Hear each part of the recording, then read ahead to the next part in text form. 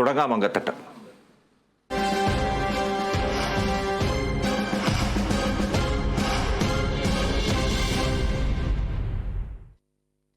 Thomas Isaac തെരഞ്ഞെടുപ്പ് പെരുമാറ്റച്ചട്ട ലംഘനം നടത്തിയോ? അതാണ് അറിയേണ്ടത്. തെരഞ്ഞെടുപ്പ് ചട്ടലംഘന പരാതിയിൽ പത്തനംതിട്ടയിലെ LDF സ്ഥാനാർത്ഥി TM തോമസ് ഐസക്കിനോട് എന്തായാലും ജില്ലാ കളക്ടർ വിശദീകരണം തേടിയിട്ടുണ്ട്. 3 ദിവസത്തിനകം വിശദീകരണം നൽകണം എന്നാണ് നിർദ്ദേശം. UDF ആണ് പരാതി നൽകിയത്. പത്തനംതിട്ടയിലെ LDF സ്ഥാനാർത്ഥി തോമസ് ഐസക് സർക്കാർ സംവിധാനങ്ങളെയും ജീവനക്കാരെയും തെരഞ്ഞെടുപ്പ് പ്രചാരണത്തിന് ഉപയോഗിക്കുന്നുവെന്ന് ചൂണ്ടിക്കാട്ടിയായിരുന്നു UDF പരാതി. ഇതിലാണ് വരണാധികാരി കൂടിയായ ജില്ലാ കളക്ടറുടെ നടപടി. പരാതിയിൽ തോമസ് ഐസക്കിനോട് വിശദീകരണം തേടിയ ജില്ലാ കളക്ടർ 3 ദിവസത്തിനകം മറുപടി നൽകണമെന്നും നിർദ്ദേശിച്ചു. UDFന്റെ ആരോപണം പരാജയ ഭീതി മൂലമാണെന്ന് തോമസ് ഐസക് പറഞ്ഞു. നോട്ടീസിന് കൃത്യമായ മറുപടി നൽകുമെന്നും ഐസക് വ്യക്തമാക്കി. തെരഞ്ഞെടുപ്പ് നടക്കുന്ന കാലത്ത് ഇതിന്റെ പ്രവർത്തനങ്ങളുമായിട്ട് സ്ഥാനാർത്ഥി എന്ന നിലയിൽ ഞാൻ ബന്ധപ്പെടുന്നില്ല. KDISC ചെയ്യേണ്ടത് ചെയ്യും. അങ്ങനെ KDISC ജോലി കൊടുക്കുമ്പോൾ കോൺഗ്രസ് എന്തിനാ അങ്കലാപ്പ്? നാട്ടിൽ നല്ല കാര്യം നടക്കണമെന്ന് കരുതിയേ പോരെ. ഒരു നല്ല കാര്യം ചെയ്താലേ അത് ജനങ്ങളോട് പറഞ്ഞ് ഒട്ടുപിടിക്കും. അതിൽ കറിവിച്ചിട്ട് കാര്യമില്ല. നിങ്ങളും ചെയ്യും നല്ല കാര്യം. കുടുംബശ്രീയായിട്ട് എത്രയോ വർഷങ്ങളായിട്ടുള്ള ബന്ധമാണെന്ന് ആ പ്രസ്ഥാനം രൂപീകരിക്കുന്ന കമ്മിറ്റിയുടെ ചെയർമാൻ ഞാനാണ്. അതുകൊണ്ട് അവരുമായിട്ടുള്ള സവിശേഷ ബന്ധമുണ്ട്. പക്ഷെ അവരുടെ ഔപചാരിക യോഗത്തിൻ്റെ അതിൻ്റെ ഔദ്യോഗിക പരിപാടിയിലൊന്നും ഞാൻ പങ്കെടുക്കാറില്ല. ഹരിതസേന, കുടുംബശ്രീ, ആശാവർക്കർമാർ എന്നിവരെയും സർക്കാർ സ്ഥാപനമായ KDISCന്റെ ജീവനക്കാരെയും തെരഞ്ഞെടുപ്പ് പ്രചാരണത്തിനായി ഉപയോഗിക്കുന്നത് ചട്ടലംഘനമാണെന്നായിരുന്നു UDF ആരോപണം. 50,000 യുവാക്കൾക്ക് തൊഴിൽ നൽകുമെന്ന വ്യാജവാഗ്ദാനം നൽകി വീടുകൾ കയറിയിറങ്ങാനും വിവരങ്ങൾ ശേഖരിക്കാനും KDISCലെ ജീവനക്കാരെ ഉപയോഗിക്കുന്നെന്നും പരാതിയിൽ ചൂണ്ടിക്കാട്ടിയിരുന്നു. Kerala Vision News, Pathanamthitta. വരുന്നു അടുത്ത ചട്ടലംഘനം. ഇത് സർക്കാരിനെതിരെയാണ്, സംസ്ഥാന സർക്കാരിനെതിരെയാണ്. ഉന്നയിക്കുന്നത് BJP ആണ്. CAA കേസുകൾ പിൻവലിക്കാനുള്ള സംസ്ഥാന സർക്കാർ തീരുമാനം തെരഞ്ഞെടുപ്പ് ചട്ടലംഘനമെന്നാണ് സുരേന്ദ്രന്റെ ആരോപണം. സർക്കാർ സാമുദായിക ചേരിതിരിവുണ്ടാക്കുകയാണ്. മുഖ്യമന്ത്രിക്കെതിരെ തെരഞ്ഞെടുപ്പ് കമ്മീഷന് പരാതി നൽകുമെന്നും സുരേന്ദ്രൻ പറഞ്ഞു. മുഖ്യമന്ത്രി വ്യാജ പ്രചരണമാണ് നടന്നത്. മുസ്ലിങ്ങളുടെ പൗരത്വത്തെ ചോദ്യം ചെയ്യുന്നു എന്നുള്ള മുഖ്യമന്ത്രിയുടെ പ്രസ്താവന വ്യാജ പ്രചാരണത്തിന്റെ കണക്കിലാണ് പെടുന്നത്. വ്യാജ പ്രചാരണം നടത്തുന്നത് തെരഞ്ഞെടുപ്പ് ചട്ടങ്ങളുടെ ലംഘനമാണ്. തെരഞ്ഞെടുപ്പ് പ്രഖ്യാപിച്ചതിന് ശേഷം പരസ്യമായി CAAയുടെ പേരിലെടുത്തുള്ള കേസുകൾ പിൻവലിക്കാൻ തീരുമാനമെടുക്കുക, അതിനെ തുടർന്ന് തുടർച്ചയായി വ്യാജ പ്രചരണം നടത്തുക, ഇത് സർക്കാരിന്റെ ജനപക്ഷ നയങ്ങൾ അല്ലെങ്കിൽ സർക്കാരിന്റെ നേട്ടങ്ങൾ അവതരിപ്പിച്ച് പൊതു തെരഞ്ഞെടുപ്പിനെ നേരിടാൻ കഴിയില്ല എന്ന് മനസ്സിലാക്കിയ മുഖ്യമന്ത്രി വർഗീയ പ്രചരണം ഉപയോഗിച്ച് ജനശ്രദ്ധ തിരിച്ചുവിടാൻ കഴിയുമോ, തെരഞ്ഞെടുപ്പിൽ ലാഭമുണ്ടാക്കാൻ കഴിയുമോ എന്നുള്ള ലക്ഷ്യത്തിലാണ് പ്രവർത്തിക്കുന്നത്. PC ജോർജ് വീണ്ടും വില്ലനായി തന്റെ പ്രസംഗത്തിലൂടെ. ഇത്തവണ മാഹിയിലുള്ള സ്ത്രീകളെ കുറിച്ച് അദ്ദേഹം ഒരു അപകീർത്തികരമായ പ്രസംഗം നടത്തിയെന്നാണ് ആരോപണം. അങ്ങനെ PC ജോർജിന് സംസ്ഥാന വനിതാ കമ്മീഷൻ കേസെടുത്തിട്ടുണ്ട്. നമുക്ക് അദ്ദേഹത്തിന്റെ പ്രസംഗം കേൾക്കാം. പക്ഷേ അദ്ദേഹം ഈ അപകീർത്തികരമായ വാക്കുകൾ ഉപയോഗിച്ച സ്ഥലത്ത് ഞങ്ങളൊരു ബീപ്പ് ഇട്ടിട്ടുണ്ട്. കോഴിക്കോട് ലോക്സഭാ മണ്ഡലം NDA സ്ഥാനാർത്ഥി MT രമേശിന്റെ തെരഞ്ഞെടുപ്പ് പ്രചരണത്തിന്റെ ഭാഗമായി നടന്ന കൺവെൻഷനിൽ പ്രസംഗിക്കവെയാണ് BJP നേതാവ് PC ജോർജ് മാഹിയിലെ സ്ത്രീകൾക്കെതിരെ അപകീർത്തികരമായ പരാമർശങ്ങൾ നടത്തിയത്. നമ്മുടെ മാഹി പ്രദേശം അത് നമ്മുടെ പോണ്ടിച്ചേരിയുടെ ഭാഗമാണ്. 16 കിലോമീറ്റർ ആകും. കോഴിക്കോട് കണ്ണൂർ ദൂരത്തിൽ 16 കിലോമീറ്റർ ആണ്. ആ 16 മീറ്റർ കഴിഞ്ഞ് 10 കൊല്ലമായി അല്ലെ 14 കൊല്ലമായി എന്തായിരുന്നു അവിടെ? ഞാൻ ആരെ വെച്ചാൽ നിഷേധിക്കാൻ പറ്റുമോ? ആ റോഡിലൂടെ പോകാൻ കഴിയുമെന്ന് രാത്രി സമയത്ത് ഗുണ്ടകളും റവടികളും തെമ്മാടികളും കൂത്താടിയിരുന്ന പ്രദേശമല്ലേ അത്? മാഹിയിലെ സ്ത്രീകൾ മോശക്കാരാണെന്നും മറ്റുമുള്ള PC ജോർജിന്റെ പരാമർശത്തിനെതിരെ വ്യാപക പ്രതിഷേധം ഉയർന്നിരുന്നു. ഇതേ തുടർന്നാണ് MSF സംസ്ഥാന സെക്രട്ടറിയായ റുമൈസ റഫീഖ് കേരള സംസ്ഥാന വനിതാ കമ്മീഷന് പരാതി നൽകിയത്. വനിതാ കമ്മീഷൻ കേസെടുത്തതിനെ സ്വാഗതം ചെയ്ത റുമൈസ PC ജോർജിനെതിരെ നിയമ നടപടികളുമായി മുന്നോട്ട് നീങ്ങുമെന്നും വ്യക്തമാക്കി. ഇന്നലെ നടന്ന ഇലക്ഷൻ പ്രചരണ യോഗത്തിൽ ഒരു പ്രദേശത്തെ മാഹിയിലെ മുഴുവൻ സ്ത്രീകളെയും അടച്ചാക്ഷേപിക്കുന്ന രീതിയിലായിരുന്നു അദ്ദേഹത്തിന്റെ പരാമർശം എന്നുള്ളത്. ഇനിയും അദ്ദേഹത്തിന് ഇത്തരത്തിലുള്ള സ്ത്രീ വിരുദ്ധ പരാമർശം അദ്ദേഹത്തിന്റെ നാവിൽ നിന്നും വരാതിരിക്കാനുള്ള ഉചിതമായ നടപടി സ്വീകരിക്കണമെന്നാണ് MSFന്റെ സംസ്ഥാന സെക്രട്ടറി എന്ന നിലക്കും ഒരു വനിത എന്ന നിലക്കും ആവശ്യപ്പെടാനുള്ളത്. സ്ത്രീകൾക്കെതിരായ അധിക്ഷേപ പരാമർശത്തിൽ PC ജോർജിനെതിരെ പുതുച്ചേരി പോലീസും കേസെടുത്തിരുന്നു. 153A, 67 IT act, 125 RP act എന്നിവ അനുസരിച്ചായിരുന്നു കേസെടുത്തിരുന്നത്. CPIM Mahe local secretary KP സുനിൽകുമാറും മറ്റ് വിവിധ രാഷ്ട്രീയ സംഘടനകളും നൽകിയ പരാതിയുടെ അടിസ്ഥാനത്തിലായിരുന്നു ആ കേസ്. PC ജോർജിനെതിരെ റുമൈസയും പുതുച്ചേരി DGPക്ക് പരാതി നൽകിയിട്ടുണ്ട്. Riyas KMR, Kerala Vision news, Kozhikode. എന്തായാലും ആ ബീപ് ശബ്ദം പ്രേക്ഷകർ കേട്ടല്ലോ. അതിന് മറഞ്ഞിരിക്കുന്ന അതിനുള്ളിലെ വാക്ക് നിങ്ങൾക്ക് കേൾക്കാൻ കൊള്ളില്ല, പൊതുസമൂഹത്തിൽ അത് അവതരിപ്പിക്കാൻ കൊള്ളില്ല. അതുകൊണ്ട് ഞങ്ങൾ മനഃപൂർവ്വം ബീപ്പിട്ടതാണ്. എന്തായാലും അത് പോട്ടെ, നമുക്ക് തിരുവനന്തപുരത്തേക്ക് പോകാം. BJPക്ക് അവിടെ നിലനിൽപ്പില്ല എന്ന് UDF സ്ഥാനാർത്ഥി ശശി തരൂരിന്റെ വിലയിരുത്തൽ വന്നിരിക്കുന്നു. ഇത്തവണയും UDF വിജയിക്കുമെന്ന് ഒരു സംശയവുമില്ല. ഈ തെരഞ്ഞെടുപ്പ് ഭാരതത്തിന്റെ ഭാവി തീരുമാനിക്കുന്നതാണ്. BJP ഹിന്ദുത്വത്തിന്റെ രീതിയിൽ രാജ്യത്തെ മാറ്റാൻ ശ്രമിക്കുന്നുവെന്നും ശശി തരൂർ കുറ്റപ്പെടുത്തുന്നു. ഈ സ്ഥലത്തുനിന്ന് നിങ്ങൾ ഓരോരോ ഇലക്ഷൻ ഓഫീസിൽ നിന്ന് എല്ലായിടത്തും ജനങ്ങൾ ഇറങ്ങി നമ്മളുടെ സന്ദേശം എല്ലാവരും എത്തിച്ചാൽ എനിക്കൊരു സംശയമില്ല, വിജയം നമ്മളുടെ തന്നെയായിരിക്കും. എല്ലാ ദിവസവും ഞാനിവിടെ പ്രസന്റ് ചെയ്തുകൊണ്ടിരിക്കുമ്പോൾ എൻ്റെ ആത്മവിശ്വാസം കൂടണേ ഉള്ളൂ. എവിടെ പോയാലും ജനങ്ങളുടെ സ്നേഹവും ജനങ്ങളുടെ ആവശ്യം കാണുമ്പോൾ എനിക്കൊരു സംശയമില്ല. പക്ഷെ അതിൻ്റെ ഒപ്പം നമ്മളൊരു കാര്യം എത്തിക്കേണ്ടത് എല്ലാവരും മനസ്സിൽ, ഈ തെരഞ്ഞെടുപ്പ് ഭാരതത്തിലെ ഭാവിയെ തീരുമാനിക്കുന്ന ഒരു തെരഞ്ഞെടുപ്പാണ്. 24-ൽ നമ്മളുടെ പ്രചരണമാണ് ലോക്സഭയ്ക്ക് വേണ്ടിയിട്ട്. ഭാരതം ആരാ ഭരിക്കാൻ പോകുന്നത്, ഏത് രീതിയിൻ്റെ ഭാരതമാണ് അതുണ്ടാക്കാൻ പോകുന്നത്. ഈ സർക്കാർ 10 വർഷക്കാലം പല കാര്യങ്ങൾ കാണിച്ചു തന്നു കഴിഞ്ഞു. അവരുടെ ഹിന്ദുത്വ, ഹിന്ദുസ്ഥാൻ മുദ്രാവാക്യങ്ങളുടെ പേരിൽ ഈ രാജ്യത്തിൻ്റെ മുഖചരിത്രം മാറ്റാൻ തുടങ്ങിക്കഴിഞ്ഞു.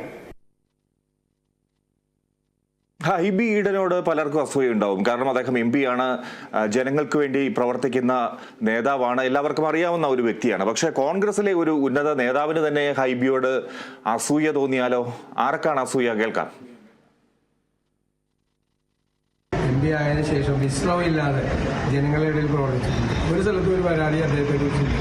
അദ്ദേഹത്തെ കാണുമ്പോൾ തന്നെ എല്ലാവർക്കും ആവേശമാണ്, എല്ലാവർക്കും അറിയാം. മകനെ പോലെ, സഹോദരനെ പോലെ, കുടുംബത്തിലെ അംഗത്തിനെ പോലെയാണ് സ്വീകരിക്കുന്നത്. ഒരു ജനപ്രതിനിധി എങ്ങനെ ആയിരിക്കണം എന്ന് ചോദിച്ചാൽ എനിക്ക് പോലും ഇടയ്ക്ക് അസൂയ തോന്നാറുണ്ട്. ഹൈബിയെ പോലെ ആയിരിക്കണം എന്നാണ് ഞാൻ എല്ലാവരോടും പറയാം. എറണാകുളത്ത് ഹൈബി ഏറ്റവും മികച്ച സ്ഥാനാർത്ഥിയാണ്. രണ്ടാമത് കേരളത്തിലെ തന്നെ ഏറ്റവും മികച്ച സംഘടനാ സംവിധാനമുള്ള സ്ഥലമാണ് കോൺഗ്രസിനും ഐക്യജനാധിപത്യത്തിനും. ഈ സംസ്ഥാനത്ത് തന്നെ ഏറ്റവും 2-3 മികച്ച വിജയങ്ങളിലൊന്ന് എറണാകുളത്തേതായിരിക്കും എന്നാണ് ഞങ്ങൾ കണക്കാക്കുന്നത്. എന്തായാലും കോഴിക്കോടിന്റെ വികസനത്തിന് പ്രത്യേക രൂപരേഖ തയ്യാറാക്കാൻ ഒരുങ്ങുകയാണ് ഇടതുപക്ഷ ജനാധിപത്യ മുന്നണി. ഇതിനു മുന്നോടിയായി LDF സ്ഥാനാർത്ഥി എളമരം കരീമിന്റെ നേതൃത്വത്തിൽ ജില്ലയിൽ വികസന സെമിനാറും സംഘടിപ്പിച്ചു. വികസന കാര്യത്തിൽ ജില്ലയിലെ ജനപ്രതിനിധികളുടെ നിർദ്ദേശങ്ങൾ ക്രോഡീകരിച്ച് മണ്ഡലത്തിന്റെ പ്രകടന പത്രികയിൽ ഉൾക്കൊള്ളിക്കാനാണ് തീരുമാനം. കരിപ്പൂർ എയർപോർട്ട് വികസനം, റെയിൽവേ ദേശീയപാത വികസനം, വേസ്റ്റ് മാനേജ്മെന്റ്, എയിംസ് തുടങ്ങി ആവിക്കൽത്തോട് വരെയുള്ള കോഴിക്കോടിന്റെ വികസന മാതൃകകൾ ചർച്ച ചെയ്യുന്നതായിരുന്നു സംവാദവേദി. ഏറെ വികസിതമായ ഒരു നഗരമെന്നതാണ് കോഴിക്കോടിനെ കുറിച്ചുള്ള തന്റെ കാഴ്ചപ്പാടെന്നും ഇത് യാഥാർത്ഥ്യമാക്കുക എന്ന ഉത്തരവാദിത്തമാണ് തെരഞ്ഞെടുക്കപ്പെട്ടാൽ തനിക്കുള്ളതെന്നും എളമരം കരീം വ്യക്തമാക്കി. നമ്മുടെ റെയിൽവേ കോഴിക്കോട് വിമാനത്താവളം, കോഴിക്കോട്ടല്ലെങ്കിലും കോഴിക്കോട് വിമാനത്താവളം എന്ന പേരിൽ അറിയപ്പെടുന്ന, കോഴിക്കോട്ടുകാർ സമരം ചെയ്ത് നേടിയെടുത്ത ഒരു ഉൽപ്പന്നമാണ് കോഴിക്കോട് വിമാനത്താവളം. അതിൻ്റെ ഇന്നത്തെ അവസ്ഥ മറ്റൊട്ടനേകം കാര്യങ്ങളുണ്ട്. ഇന്ന് കേരളത്തിൽ ഏറ്റവും വേഗത്തിൽ വളർന്നുകൊണ്ടിരിക്കുന്ന ഒരു നഗരം എന്ന നിലയിൽ കോഴിക്കോടിന് അത്യാവശ്യമുള്ള ഇത്തരം ഇൻഫ്രാസ്ട്രക്ചർ കേന്ദ്ര സഹായത്തോടെ എങ്ങനെ നടപ്പിലാക്കണം?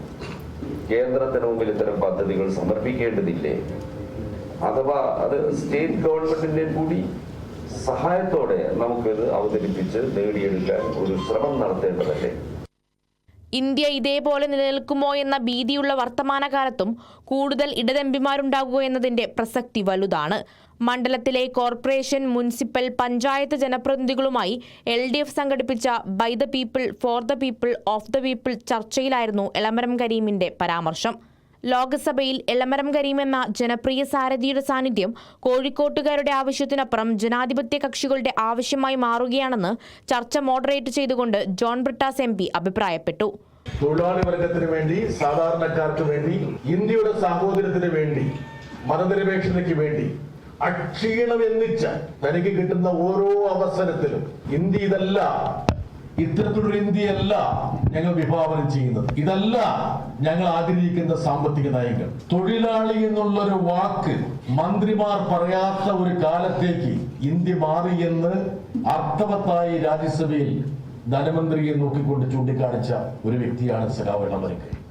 ഒരു മണ്ഡലത്തിന്റെ വികസനം, 2 പാർലമെന്റ് എങ്ങനെയാണ് ഇന്ത്യയുടെ സ്വഭാവത്തെ നിലനിർത്താൻ വേണ്ടി പ്രവർത്തിക്കേണ്ടത്, അവിടെ ഒരു ലോകസഭ അംഗത്തിന്റെ സംഭാവന എന്തായിരിക്കണം, ഇടപെടൽ എന്തായിരിക്കണം, ഈ 2 ഘടകങ്ങളെ മുൻനിർത്തിയാണ് ഞാനെന്നുള്ള വ്യക്തി സഖാവ് ഇളമരം കരീമിന്റെ സ്ഥാനാർത്ഥിത്വത്തെ ഉയർത്തിപ്പിടിക്കാൻ ആഗ്രഹിക്കുന്നത്. സംവാദത്തിൽ വിവിധ തലങ്ങളിലെ ജനപ്രതിനിധികൾ, കോർപ്പറേഷൻ മേയർ, വിവിധ തദ്ദേശ സ്വയംഭരണ സാരഥികൾ തുടങ്ങിയവർ പങ്കെടുത്തു. തെരഞ്ഞെടുപ്പ് പ്രകടന പത്രിക തയ്യാറാക്കുകയാണ് സെമിനാറിന്റെ ലക്ഷ്യമെന്ന് സംഘാടകർ അറിയിച്ചു. Kerala Vision news, Kozhikode. നമുക്കിനി തിരുവനന്തപുരത്തേക്ക് പോകാം. അവിടെ ചില പരാതികളുണ്ട്. NDA സ്ഥാനാർത്ഥി രാജീവ് ചന്ദ്രശേഖരനെതിരായ LDF പരാതി തോൽക്കുമെന്ന പരിഭ്രാന്തിയിൽ നൽകിയതെന്ന് BJP തിരുവനന്തപുരം ജില്ലാ അധ്യക്ഷൻ VV രാജേഷ് പറയുന്നു.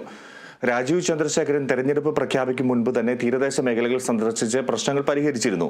തലസ്ഥാനത്ത് BJP വിരുദ്ധ വോട്ട് നേടാനുള്ള ശ്രമമാണ് നടക്കുന്നതെന്നും രാജേഷ് കുറ്റപ്പെടുത്തി. തെരഞ്ഞെടുപ്പ് അടുത്ത ഘട്ടത്തിൽ CAA-ക്കെതിരായി നടത്തിയ സമരങ്ങളിലെ കേസുകൾ പിൻവലിക്കുവാൻ സംസ്ഥാന സർക്കാർ നടത്തുന്ന നീക്കം ഒരു വിഭാഗം ജനങ്ങളെ പ്രീണിപ്പിച്ച് വോട്ട് നേടുക എന്നുള്ളതാണ്. സമൂഹത്തിൽ ധ്രുവീകരണം ഉണ്ടാക്കുക എന്നുള്ള ഉദ്ദേശത്തോടു കൂടിയാണ്. ഇത് നേരായ ജനാധിപത്യത്തെ അട്ടിമറിക്കുക എന്നുള്ള ഉദ്ദേശത്തോടു കൂടിയാണ്. 2 പതിറ്റാണ്ട് കൊണ്ട് കടലാക്രമണ ഭീഷണി നേരിടുന്ന തിരുവനന്തപുരത്തെ തീരദേശ ജനത ശ്രീ രാജീവ് ചന്ദ്രശേഖർ NDA സ്ഥാനാർത്ഥി അവിടെ സന്ദർശിച്ചപ്പോഴേക്കും അവരുടെ ആവലാതികളും വേവലാതികളും പറഞ്ഞു. അപ്പോൾ അവിടെ ചെന്നപ്പോൾ ഞങ്ങൾ ഒരു വോട്ട് ബാങ്കിനെ കണ്ടുകൊണ്ടല്ല, അവിടുത്തെ സാധാരണക്കാരായ ജനങ്ങളൊരു ആവശ്യം പറയുന്നു. അപ്പോൾ മന്ത്രിയുടെ മുൻപാകെ ഒരു നിവേദനം കൊടുക്കുന്നു. അദ്ദേഹം 3-4 ദിവസങ്ങൾ കൊണ്ട് തന്നെ അത് പരിഹരിക്കുന്നു. അപ്പോൾ അത് പരിഹരിച്ചതിനെതിരായിട്ടുള്ള നിലപാടാണ് LDF സ്വീകരിക്കുന്നത്. NDA സ്ഥാനാർത്ഥിയെ നിരന്തരം ആക്രമിച്ച് NDA വിരുദ്ധ BJP വിരുദ്ധ വോട്ടുകൾ സമാഹരിക്കുക, ഇങ്ങനെയുള്ള തന്ത്രങ്ങളാണ് LDF ആവിഷ്കരിക്കുന്നത്. ഇനി ആലത്തൂരിലേക്ക് പോയാൽ, രമ്യ ഹരിദാസിന്റെ മണ്ഡലത്തിലേക്ക് പോയാൽ അവിടെ ചില ചില്ലറ പ്രശ്നങ്ങളൊക്കെ ഉണ്ട്. തെരഞ്ഞെടുപ്പ് കൺവെൻഷനിലായിരുന്നു പ്രശ്നങ്ങളുണ്ടായത്. ചെറിയ സംഘർഷം അരങ്ങേറി. UDF തൃശൂർ എരുമപ്പെട്ടി മണ്ഡലം തെരഞ്ഞെടുപ്പ് കൺവെൻഷനിടെയാണ് സംഭവം. തെരഞ്ഞെടുപ്പ് കമ്മിറ്റി രൂപീകരണ ലിസ്റ്റ് വായിക്കുന്നതിനിടയിലാണ് നേതാക്കൾ തമ്മിൽ വാക്കേറ്റവും സംഘർഷവും ഉണ്ടായത്. കൂടിയാലോചന നടത്താതെയായിരുന്നു ലിസ്റ്റ് തയ്യാറാക്കിയതെന്നാണ് ആരോപണം.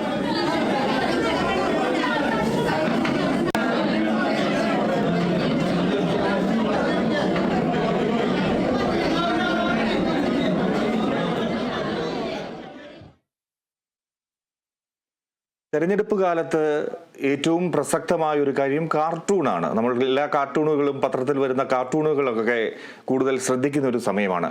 അങ്ങനെ നമുക്ക് അബു അബ്രാഹിമിലേക്ക് പോകാം. അദ്ദേഹത്തിന് ആദരമർപ്പിക്കുകയാണ് കൊച്ചി. വീണവരെയും വാണവരെയും വിശക്കുന്നവരെയും വരകളിൽ നിറച്ച അബുവിന്റെ ലോകത്തിൽ തെളിയുന്നത് ഇന്ത്യയുടെ ചരിത്രമാണ്.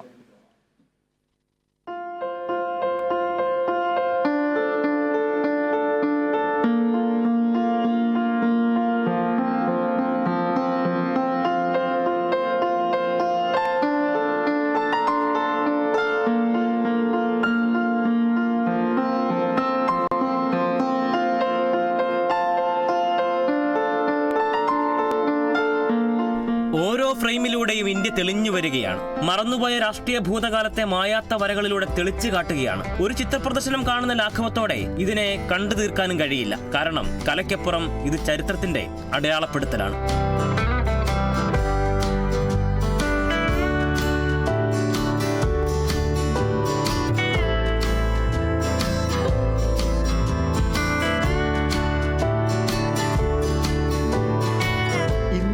രാഷ്ട്രീയത്തിലെ ഗതിവിഗതികൾ, പ്രത്യേകിച്ച് 70s ശേഷം ഉണ്ടായിട്ടുള്ള ആ ഗതിവിഗതികൾ മുഴുവനും രേഖപ്പെടുത്തി വയ്ക്കുന്നുണ്ടാവും.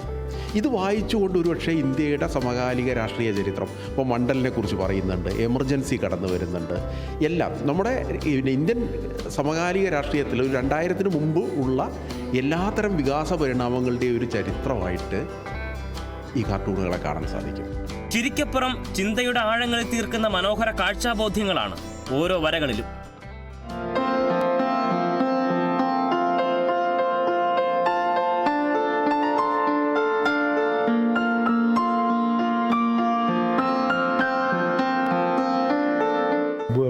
അബുവിൻ്റെ ഒരു ബർത്ത് സെൻറ്റിനറി ഇയറും കൂടിയാണ് 24 എന്ന് പറയുന്നത്. 100 വർഷം. ഈ 100 വർഷം അബു എബ്രഹാം ഉണ്ടാക്കിയെടുത്ത ഒരു നിയമം, അബുവിൻ്റെ അകം, അതേപോലെ തന്നെയാണ് അബുവിനെ വായിക്കാൻ കഴിയുന്ന ഒരു സമയം. ആ സമയത്തിൻ്റെ പ്രത്യേകതയാണ് ഇവിടെ കാണുന്നത്. അബു എബ്രഹാമാണ് എന്തുകൊണ്ടും ഈ സമയത്തിനെ ഒരു റീറീഡ് ചെയ്യാൻ, അതായത് ഒരു പുനർവായനയ്ക്ക് നമ്മളെ മുന്നോട്ട് നയിക്കുന്ന ആദ്യത്തെ ഫോഴ്സ് എന്ന് പറയുന്നത്. ആ ഫോഴ്സിനെ നമ്മൾ തിരിച്ചറിഞ്ഞുകൊണ്ടാണ് ഇത്തരത്തിലുള്ള ഒരു എക്സിബിഷന് ഞങ്ങൾ മുന്നിട്ട് ഇറങ്ങിയത്. സ്വാതന്ത്ര്യ പുലരിൽ നിന്നും ഇന്ത്യ നടന്നെത്തിയ ദൂരം അത്രയും ഇവിടെ കാണാം. നെഹ്റുവും ഇന്ദിരയും മൊറാർജി ദേശായിയും കാസ്ട്രോയും ചെഗുവേരയും തുടങ്ങി ചരിത്രം തിരുത്തിയ നിരവധി പേർ അണിനിരക്കുന്നിടത്ത് പാമ്പാട്ടിയും കുടിവെള്ളം തേടി നടക്കുന്ന ഗ്രാമീണ വനിതകളും പൂന്തോട്ടങ്ങളും വരെ കടന്നു വരുന്നുണ്ട്.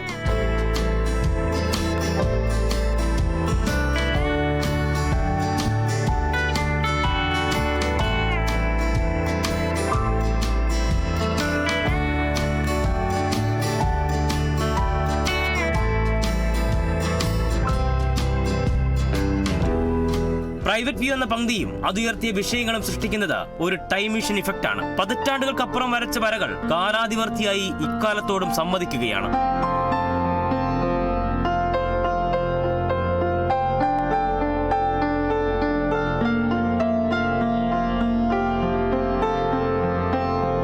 തെരഞ്ഞെടുപ്പ് കാലത്ത് ഈ ചരിത്ര പ്രദർശനത്തിന് ഏറെ പ്രാധാന്യമുണ്ട് താനും. ദർബാർ ഹാളിൻ്റെ ആർട്ട് ഗാലറി രാഷ്ട്രീയ ചരിത്ര വിദ്യാർത്ഥികൾക്കുള്ള ഒരു പാഠപുസ്തകമാണ് ഒരു മാസത്തോളം കാലം. കാരണം അബുവിൻ്റെ ലോകമെന്നത് ഒരു കാലഘട്ടത്തിൻ്റെ അടയാളപ്പെടുത്തലാണ്. ക്യാമറ പേഴ്സൺ ജിഷ്ണുവിനൊപ്പം EB John Thomas, Kerala Vision News, Kochi.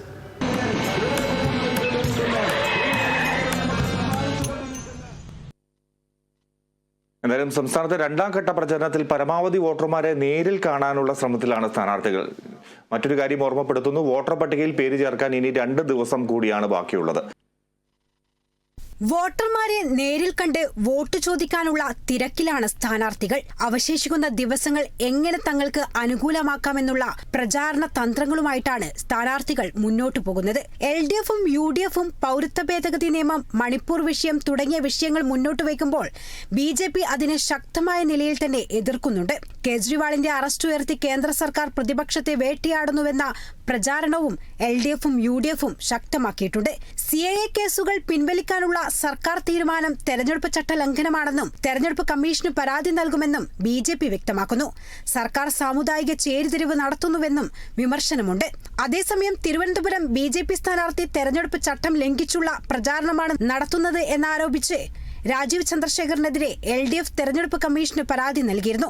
ഇത്തരത്തിൽ പരസ്പരം വിമർശനങ്ങൾ ഉന്നയിച്ചുള്ള പ്രചാരണ തന്ത്രങ്ങളും മുന്നണികൾ നടത്തുന്നുണ്ട്. അതേസമയം കൊല്ലം, എറണാകുളം, ആലത്തൂർ, വയനാട് എന്നീ മണ്ഡലങ്ങളിലെ BJP സ്ഥാനാർത്ഥികളുടെ ഔദ്യോഗിക പ്രഖ്യാപനം വൈകുകയാണ്. വോട്ടർ പട്ടികയിൽ പേര് ചേർക്കാൻ ഇനി 2 ദിവസം കൂടിയാണ് ബാക്കിയുള്ളത്.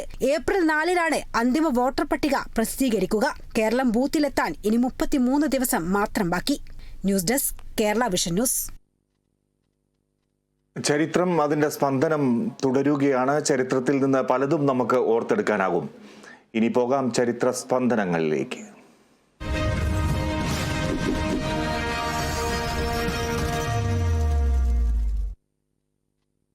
ഈ കോലീബി എന്ന് കേട്ടിട്ടുണ്ടോ? ഇത് ചില നേതാക്കളുടെ വായിൽ നിന്ന് ഇടയ്ക്കിടയ്ക്ക് ഇങ്ങനെ പൊങ്ങി വരും. പ്രത്യേകിച്ച് തെരഞ്ഞെടുപ്പ് കാലത്ത്, മറ്റവസരങ്ങളിലൊക്കെ ചില നേതാക്കൾ കോലീബി എന്ന് നീട്ടി വിളിക്കുന്നത് കേൾക്കാം. 1991 വടകര ബേപ്പൂർ മോഡൽ കോലീബി സഖ്യം എന്ന പേരിൽ കേരള രാഷ്ട്രീയത്തിൽ ഏറെ കുപ്രസിദ്ധമാണ്. എന്തായിരുന്നു കോലീബി സഖ്യം എന്ന് പരിശോധിക്കാം. 1991 ലോക്സഭയിലേക്കും കേരള നിയമസഭയിലേക്കും ഒരുമിച്ചായിരുന്നു തെരഞ്ഞെടുപ്പ്. തെരഞ്ഞെടുപ്പിൽ പരാജയം മണത്ത UDF നേതൃത്വം BJPയുമായി രഹസ്യ ധാരണയുണ്ടാക്കിയെന്നാണ് ആരോപണം. ബേപ്പൂർ നിയമസഭാ മണ്ഡലത്തിലും വടകര ലോക്സഭാ മണ്ഡലത്തിലും BJP പൊതു സ്വതന്ത്രരെ സ്ഥാനാർത്ഥിയാക്കും. ഇവിടെ കോൺഗ്രസും ലീഗും BJPയെ സഹായിക്കും. പകരം കേരളമാകെ BJP UDFനെ സഹായിക്കും. UDFനെ പിന്തുണയ്ക്കുന്നതിന് പ്രതിഫലമായി മഞ്ചേശ്വരം മണ്ഡലത്തിൽ BJP നേതാവ് KG മാരാർക്കെതിരെ ദുർബല സ്ഥാനാർത്ഥിയെ നിർത്തുകയും വോട്ട് മറിച്ചു നൽകി മാരാരെ വിജയിപ്പിക്കുകയും ചെയ്യുക. ഇതായിരുന്നു ധാരണ. ധാരണപ്രകാരം ബേപ്പൂരിൽ സ്വതന്ത്ര സ്ഥാനാർത്ഥിയായി ഡോക്ടർ K മാധവൻകുട്ടിയെ നിർത്താനും വടകരയിൽ അഡ്വക്കേറ്റ് രത്നം സിംഗിനെ സ്ഥാനാർത്ഥിയാക്കാനും തീരുമാനിച്ചു. K കരുണാകരനും പാണക്കാട് ശിഹാബ് തങ്ങളും BJP നേതാക്കളും പ്രചരണത്തിനെത്തി. കെ മാധവൻകുട്ടിയെ KM കുട്ടി എന്ന് അഭിസംബോധന ചെയ്താണ് ശിഹാബ് തങ്ങൾ പ്രസംഗിച്ചതെന്നതും ചരിത്രം. TK ഹംസയായിരുന്നു ഇടതുമുന്നണിക്ക് വേണ്ടി ബേപ്പൂരിൽ മത്സരിച്ചത്. 6000-ലധികം വോട്ടുകളുടെ ഭൂരിപക്ഷത്തിലാണ് TK ഹംസ ജയിച്ചു കയറിയത്. 52% വോട്ട് ഹംസയ്ക്ക് ലഭിച്ചപ്പോൾ 47% വോട്ട് മാധവൻകുട്ടിക്ക് ലഭിച്ചു. വടകരയിൽ പൊതുസ്ഥാനാർത്ഥിയായി മത്സരിച്ച രത്നം സിംഗും പരാജയപ്പെട്ടു. ഇടതുമുന്നണിക്ക് വേണ്ടി മത്സരിച്ച കോൺഗ്രസ് എസിലെ KP ഉണ്ണികൃഷ്ണനാണ് വടകരയിൽ വെന്നിക്കൊടി പാറിച്ചത്. 49% വോട്ട് ഉണ്ണികൃഷ്ണൻ നേടിയപ്പോൾ 47% വോട്ടാണ് രത്നം സിംഗിന് ലഭിച്ചത്. മഞ്ചേശ്വരത്തും സഖ്യം പാളി. 1000-ഓളം വോട്ടുകൾക്ക് മാരാർ മഞ്ചേശ്വരത്ത് പരാജയപ്പെട്ടു. ധാരണയനുസരിച്ച് BJP പ്രവർത്തിച്ചെങ്കിലും തന്ത്രപൂർവ്വം കോൺഗ്രസ് ചതിച്ചെന്നാണ് രാഷ്ട്രീയ ഉപശാലകളിലെ സംസാരം. News desk, Kerala Vision news. തെരഞ്ഞെടുപ്പ് കാലത്ത് നാടിന് ഒരുപാട് പറയാനുണ്ട്. നാട് പറയട്ടെ.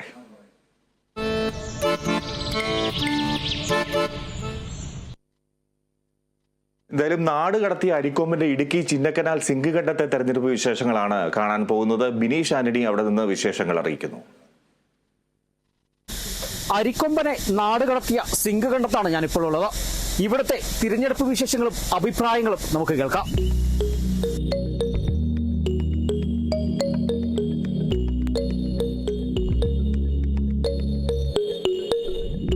കേരളത്തിലെ പരിസ്ഥിതി അനുസരിച്ച് കർഷകരെ സഹായിക്കുന്ന ഏത് മുന്നണിയോ പാർട്ടിയോ കാലാകാലങ്ങളായി ഇത്രയും കാലം ഭരിച്ചു മുടിച്ച ഇരു മുന്നണികളും ഇവിടുത്തെ കർഷകരോട് നയവഞ്ചന തന്നെയാണ് ചെയ്തിരിക്കുന്നത്.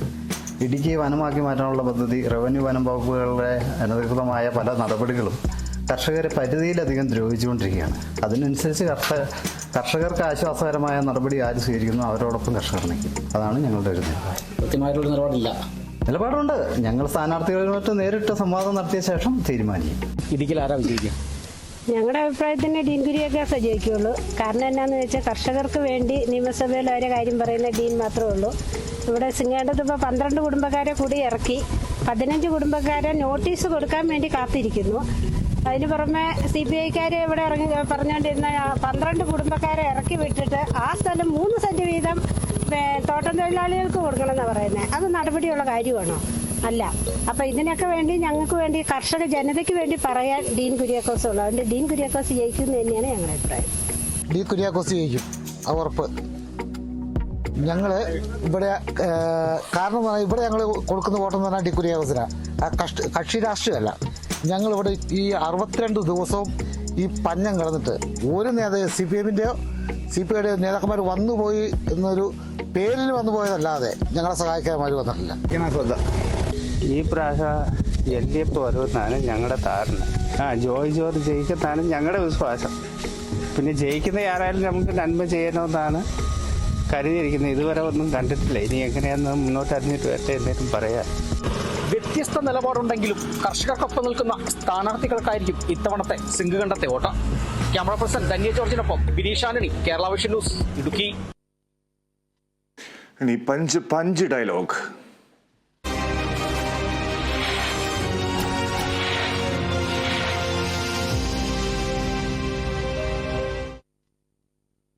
ഒറ്റ വാക്കിൽ പറയാം, CPMന്റെ കാലനാണ് പിണറായി എന്ന് സതീശൻ. CPM നേതാക്കൾ BJP നേതാക്കളുമായി ബിസിനസ് പാർട്ണർഷിപ്പ് തുടങ്ങുന്നു. അവരുമായിട്ടുള്ള രഹസ്യ ചർച്ചകൾ നടത്തുന്നു.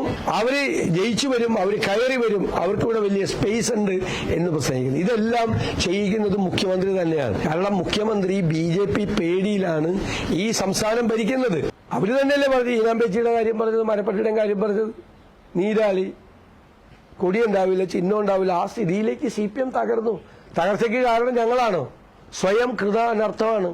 ഞാൻ പറഞ്ഞല്ലോ, കേരളത്തിലെ CPMന്റെ കാലനായി മാറും പിണറായി വിജയൻ. അദ്ദേഹം തീവ്ര വലതുപക്ഷ വ്യതിയാനത്തിലേക്ക് പോയി. ഇടതുപക്ഷ പാർട്ടിയല്ല, ബൂർഷ്വാ പാർട്ടിയാണ്, വലതുപക്ഷ പാർട്ടിയാണ്.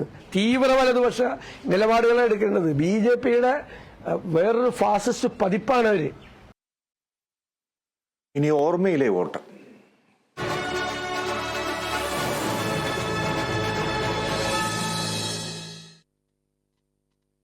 VP മൊയ്തീന്റെ രാഷ്ട്രീയവും തന്റെ വോട്ടോർമ്മകളും കാഞ്ചനമാല കേരള വിഷൻ ന്യൂസിനോട് പങ്കുവച്ചു. തന്നെ വീട്ടുതടങ്കലാക്കിയതുകൊണ്ട് വീട്ടുകാരുടെ രാഷ്ട്രീയത്തിനെതിരായിരുന്നു തന്റെ ആദ്യത്തെ വോട്ടെന്ന് കാഞ്ചനമാല പറഞ്ഞു. ഓരോ മലയാളിയും അത്രമേൽ നെഞ്ചേറ്റിയ പ്രണയമാണ് മൊയ്തീന്റെയും കാഞ്ചനമാലയുടേതും. മൊയ്തീനായി കാത്തിരുന്ന കാഞ്ചനമാലയ്ക്കും പറയാനുണ്ട് ചില തെരഞ്ഞെടുപ്പിൻ്റെയും വോട്ടിൻ്റെയും ഓർമ്മകൾ. അത് കാഞ്ചനമാല കേരള വിഷൻ ന്യൂസുമായി പങ്കുവയ്ക്കുകയാണ്. കാഞ്ചനത്തി, തെരഞ്ഞെടുപ്പിലൊക്കെ വോട്ട് ചെയ്തിട്ടുണ്ട്. ആദ്യം തന്നെ റിബലായിട്ടാണ് വോട്ട് ചെയ്തതെന്നുള്ളൊരു കേൾവിയാണ് എനിക്കുള്ളത്. അപ്പോൾ എന്താണ് അതിൻ്റെ യാഥാർത്ഥ്യം? അതെന്താ വെച്ചാൽ നമ്മൾ ആ വീട്ടിൽ അണ്ടർ വിദ്യാഭ്യാസത്തിനൊന്നും അയക്കാതെ, കോളേജിലേക്കൊന്നും അയക്കാതെ, പിന്നെ വീട്ടിൽ അണ്ടർ അറസ്റ്റിൽ വെച്ചതല്ലേ. അപ്പം എനിക്ക് ആ ഒരു വിരോധമുണ്ടല്ലോ. അപ്പോൾ അവർക്കെതിരായിട്ട് വോട്ട് ചെയ്യുക എന്നുള്ളതായി അതിന് വേണ്ടി വോട്ട് ചെയ്തു. അത് സ്വന്തം വീട്ടുകാർക്കെതിരായിരുന്നു ആദ്യം വോട്ട് ചെയ്തത് അല്ലേ? ആർക്കെതിരായിരുന്നു? അത് ഞാൻ ലെഫ്റ്റിന് ചെയ്ത്, അല്ല കമ്മ്യൂണിസ്റ്റ് ആണല്ലോ അന്ന്, കമ്മ്യൂണിസ്റ്റ് ചെയ്ത്, മറ്റൊരു കോൺഗ്രസ് ആണ് കമ്മ്യൂണിസ്റ്റ് ചെയ്ത്.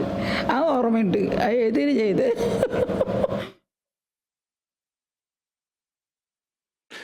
അങ്ങനെ അങ്കത്തട്ട് ഇവിടെ പൂർണ്ണമാവുകയാണ്. അടുത്ത ദിവസം അങ്കത്തട്ട് തുടരും. നമസ്കാരം.